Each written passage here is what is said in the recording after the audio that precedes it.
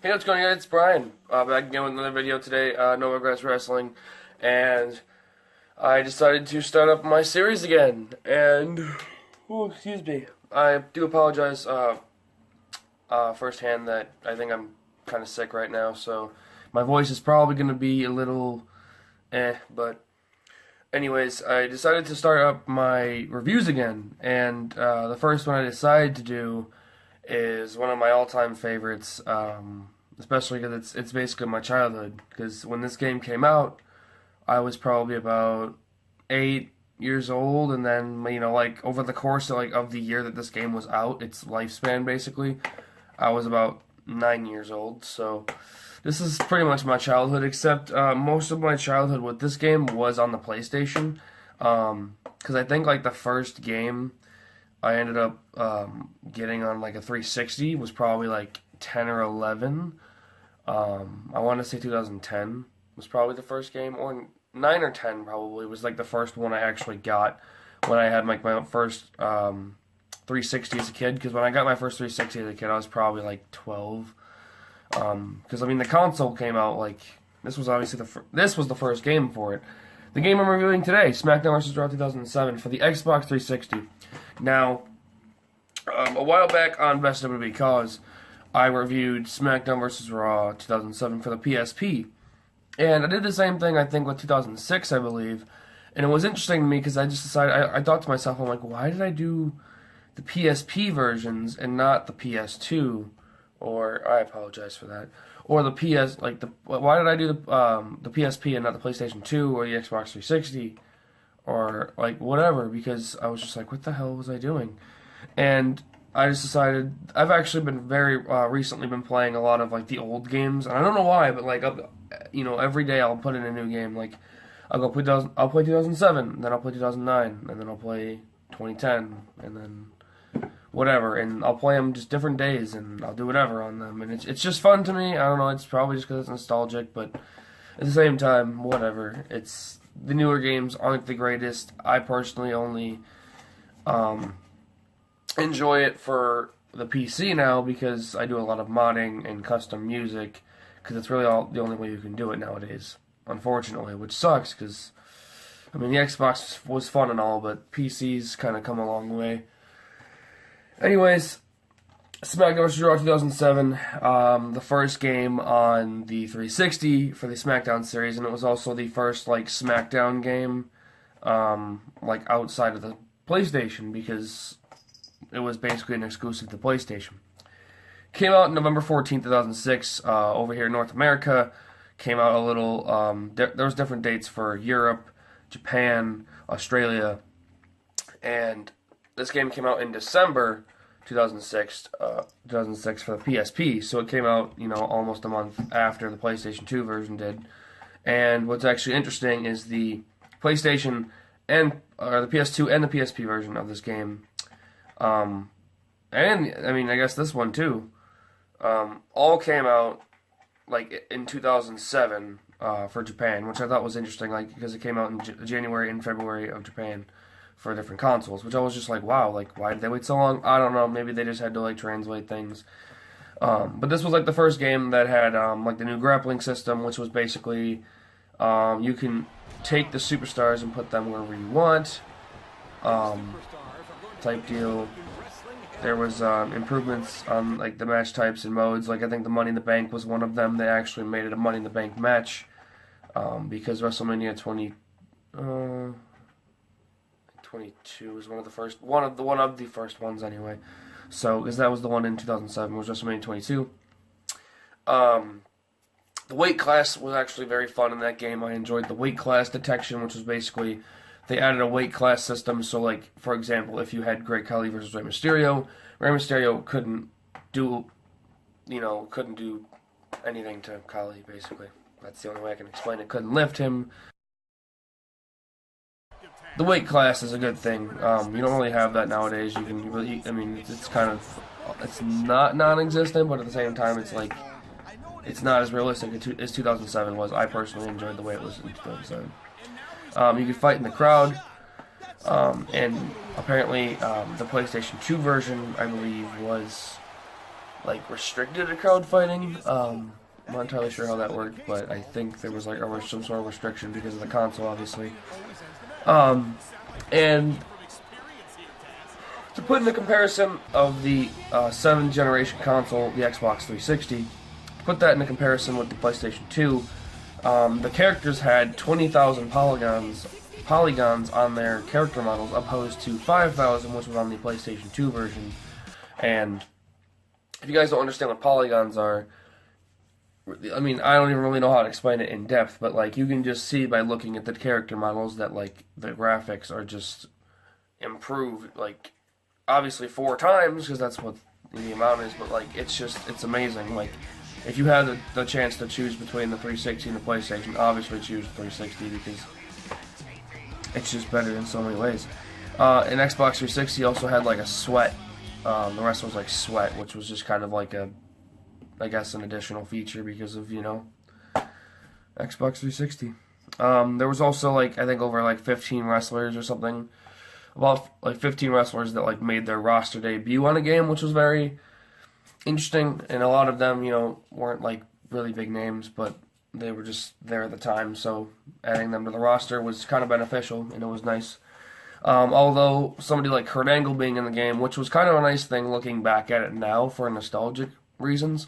It's nice that he was in the game, even though I think when the game was released, he wasn't even with the company anymore because he left in 2006. So it's just like, And this was also like the first game that didn't have like a diva or a women's like stipulation match, which would like, for example, be like the pillow fight, the Fulfill Your Fantasy match, which was in 2006. I believe it was 2006, and then I think the one before that. And then or the one before that might have been the Bra and Panties match. I don't know. But it's like the first game without like a match like that, which was, I guess kind of interesting in a way. I think this was also the first game with Create a Stable, which was just kind of a cool feature, especially with the season mode. This was also like the first game for the Create a Championship to have like a spinner. You could create a spinner belt because this was around the time that was becoming relevant. And just became the main title. The locker room was also an addition. That was one of my favorite features of the game, was where you earn the WWE Shop Cash, and you unlock legends and attires, and I don't think arenas were really unlocked. I think some of them were. There was quite a few unlockable arenas, but like you unlocked, as you went through the season mode and played through the pay-per-views and won at the pay-per-views, you unlocked like legends. And then there was like tons of different stuff that you could customize your locker room with, because I remember in 2006 you had the locker room, but it was very, very limited. And in 2007 they brought that back, and you have that in the game. The season mode, however, has over 40 storylines fully customized with full voiceovers from wrestlers, and there's different storylines for ECW, Raw, Smackdown, so whether you pick any of those kinds of superstars, you'll jump right into those storylines, basically.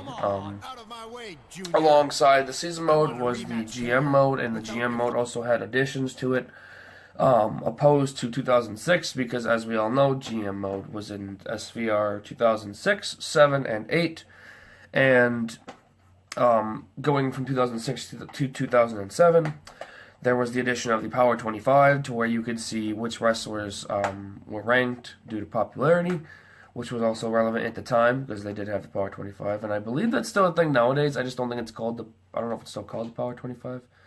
Power Rankings, maybe, I'm not entirely sure. Which is kind of useless nowadays, because like you look at wrestling nowadays, and it's like you can kind of tell who's at the top and who's at the bottom. I mean, like, I guess you could back then, but, like, I don't know, to me, whatever. Storyline Writers was also a new one, and I believe throwing people on Heat and Velocity might have been a new addition to the game, which was just, Heat and Velocity, why not? You're doing GM mode. And there's really no real difference all around, unless it's graphic-wise, with this game between the Xbox 360 and the PlayStation 2.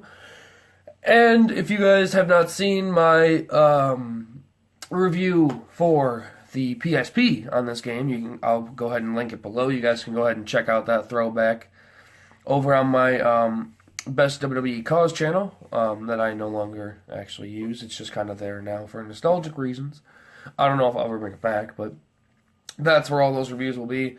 Eventually, I'll probably redo some reviews. But I did write down what reviews I have done, and there is actually a lot more that I can do. Because I haven't played the GameCube games personally, and I also looked at my games and I'm just like, wow, like I haven't done like any of the 360 games for that matter. I think I've only seen myself do 2K14 on the 360, which is interesting. So that's gonna have to get done, and I'm going to end up making more reviews in the future. Let me know what you guys want to see down below. I would really love to start any kind of career mode, season mode, GM mode, whatever. You guys go ahead and vote down below if you like, and I guess at this point, the first person, probably not, the first person to comment, but let me know what you guys want to see, and I will pick the one that I will want to do. And, it can be anywhere from 2006 SVR to, like, anything recent. Like, I've been playing this, I've been playing 2008, I've been playing 2009, 2010. Although 2010 and 2009 on the season modes were kind of... 2009, 2010 were kind of crap career modes. But Road to WrestleManias, on the other hand, if you guys want to see any Road to WrestleManias, that's when we're going to go to Taylor. Because Taylor really enjoys doing the Road to WrestleManias, so you guys can see him do those. And maybe we'll do the co-op ones at some point, or maybe I'll do Road to WrestleMania. I don't know. There's a lot of things that we really want to do on the channel, and reviews are personally one for me. I know we're going to want to do predictions, and there's other videos that, like I said, we've had in mind that we want to make. So hopefully you guys enjoyed my Smackdown vs. Raw 2007 review, on the Xbox 360, that is, because if there's any reviews that I've made before and you guys want to see them on other consoles, let me know and I'll be more than willing to give them a shot, because why not? I enjoy doing game reviews, and I don't know how they're going to be coming back, because I don't know if I'm going to be doing the in-depth reviews, but I'm going to try out this style of review and see how it goes. Hopefully it goes pretty well. It's probably going to be more editing than the in-depth ones, but I think the in-depth ones were nice because, like, they were longer, but I think they showed more of what was in the game. But I'm going to give this one a shot, and we'll see where it goes. Hopefully you guys enjoyed Smackdown vs. Raw 2007. I'll see you guys in the next video. Subscribe if you haven't already, and we'll be getting more stuff out to you. And 2K18 will probably be coming out sooner or later, depending on when we decide we want to start it, because, as I mentioned before, we are just about ready to go. We really just have to decide when we want to start it. So, let me know what you guys want to see. See you guys later.